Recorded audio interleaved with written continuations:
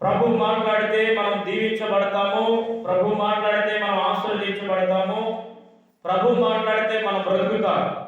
అయితే ఈ రాత్రి దేవాది దేవుడు మనతో మాట్లాడుచుండగా మనము ఆయన మాటకి ఏం చేద్దాము?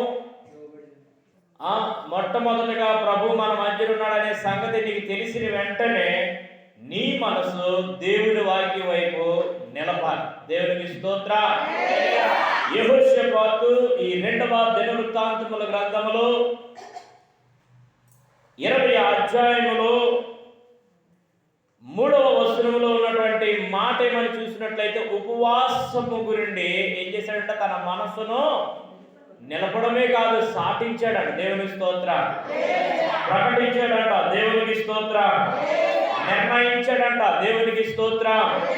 ఒక ఒప్పందం చేసుకున్నాడంట. దేవునికి స్తోత్రం.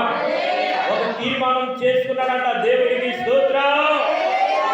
ఈ నూతన సంవత్సరంలో నువ్వు ఎటువంటి నిర్ణయాలు, నీ మనసు ఎలా ఉన్నది, ఏ విధమైన తీర్మానం తీసుకున్నావు?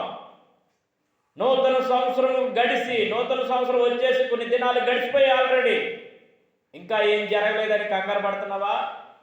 ఇంకా దేవుడు వాగ్దానం ఇచ్చాడు కానీ ఇంకా వాగ్దానం నెరవేరలేదని తొందరపడుతున్నావా? సంవత్సరానికి ఒకసారి తీసుకునే వాగ్దానమే వాగ్దానం కాదు. ప్రతిరోజు నీ జీవితంలో ఒక వాగ్దానాన్ని నువ్వు స్వతంత్రించుకోవాలి అంటే నీ మనసు దేవుని మీద నిలపాలి. దేవుని మీద, దేవుని కొరకు నిలపాలి. నువ్వు నిలబడాలి. నీ మనసును కూడా దేవుని వైపు చెప్పండి. దేవుని మీద, దేవుని యొక్క వాక్కు కొరకు నిలిచి ఉండే కృప. చాలా మంది నిలబడలేరు, కూర్చోలేరు, పడుకోలేరు, ఆలోచించలేరు, తినలేరు, తాగలేరు. రకరకాల పరిస్థితులు ఉన్నాయి శారీరకంగా. కానీ మనస్సును కంట్రోల్ చేయడం చాలా కష్టం. కానీ యెహోషాపాతు ఏం చేశాడంట? తన మనస్సును దేవుని కొరకు నిలిపాడు. దేవునికి స్తోత్రం. దేని కొరకు నిలిపాడు అంటే అక్కడ చాలా చక్కగా మాట్లాడుతున్నాడు. యూదయంతటా ఉపవాస దినము ఆచరింపవలనని సాటింపగా, ఆచరణలోనికి రావాలి, అనుసరణలోనికి రావాలి. నువ్వు ఏ విధంగా సాటిస్తున్నావు? నువ్వు ఏమి సాటిస్తున్నావు? అసలు ఏ విధమైన సాటింపులు ఉన్నాయి నీ జీవితంలో? కుటుంబాల గురించి సాటింపు చేసుకుంటూ కూర్చుంటున్నావా? ఈ రాత్రి దేవుడు నిన్ను అడుగుతున్నాడు సూటిగా, ఏ విధమైన సాటింపులు సాటిస్తున్నావు? యెహోషువ అయితే చాలా చక్కగా ఉపవాసం దినం గురించి సాటిస్తున్నాడు. నువ్వేమి సాటిస్తున్నావు? ఎంచేపు ఈదులో వాళ్ళ గురిండేనా? ఇంట్లో విషయాలు ఈదులో విషయాలు ఇంట్లో చేస్తున్నావా? ఒక ఆయన అన్నాడట, అయ్యా కొత్త సంవత్సరం వచ్చేసింది, పాస్టర్ గారండి ప్రార్థన చేయండి, వాగ్దానం అయితే వచ్చింది కానీ అంటి దాటలేదండి, ముట్టిది ముట్టలేదండి అన్నాడు. అంటి దాటలేదు, ముట్టిది ముట్టలేదా? అయితే మరి ఏం చేయాలా అంటే, నా చెయ్యి చూడండి బాబు అన్నాడట పాస్టర్ గారి దగ్గరికి వచ్చి. ఏం చూడమన్నాడు? చెయ్యి కాదురా బాబు, నువ్వు దేవుని వైపు చూడాలా. దేవుడు నీ వైపు చూస్తే విత్ ఇన్ సెకండ్లో దేవుడి కార్యాలు నువ్వు చూస్తావు. దేవునికి స్తోత్రం. హల్లెలూయా. మరలా అన్నాడంట ఆయన, అయ్యా మా మేనమామ ఒక ఆయన ఉన్నాడు, ఆయన చేతులు చూస్తాడు, ఆయన ఏమో 6 నెలలు ఇంట్లో మెట్టు తీసుకొచ్చి ఇంట్లో ఈదిలో పెట్టట్టుకొచ్చి ఇంట్లో వేయరా బాబు అని చెప్పాడండి. అలా కూడా చేశానండి, అయినా అంటి తట్టలేదు, ముట్టిది ముట్టలేదు. నువ్వు ఎక్కడికెక్కడికో వెళ్ళి ఏవేవో చేస్తున్నావు, దేవుని దగ్గర మాత్రం నీ మనసు నిలపలేకపోతున్నావు. అందుకనే యెహోషాపాతుకి అర్థమైనటువంటి మాట వ్యర్థం కాకుండా సాటింపు వేస్తున్నాడు. నీకు అర్థమవుతే నువ్వు కూడా వ్యర్థం చేసుకో, సమయాన్ని వ్యర్థం చేసుకోకుండా సాటింపు వేస్తావు.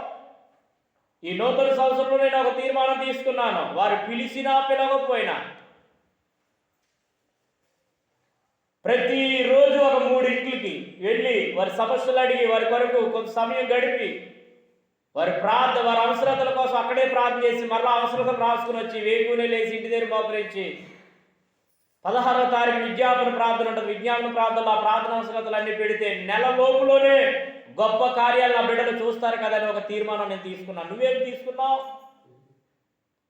దేవుడి కొరకు ఏదో ఒక కొత్త తీర్మానం తీసుకున్నావు. ఒక కొత్త రీతిలో పరిచర్య కొరకు ఒక భారము బాధ్యత కలిగి సంఘము సహవాసం అంటే కుటుంబంగా మనం అందరము దేవుని కొరకు ఏదో ఒకటి చేస్తే నీవు కూడా నీ మనసును దేవుని మీద నిలుపుతే ఖచ్చితంగా నీ జీవితంలో కూడా అద్భుతాలు చేస్తాడు. ఆయన పక్షపాతి కాదు.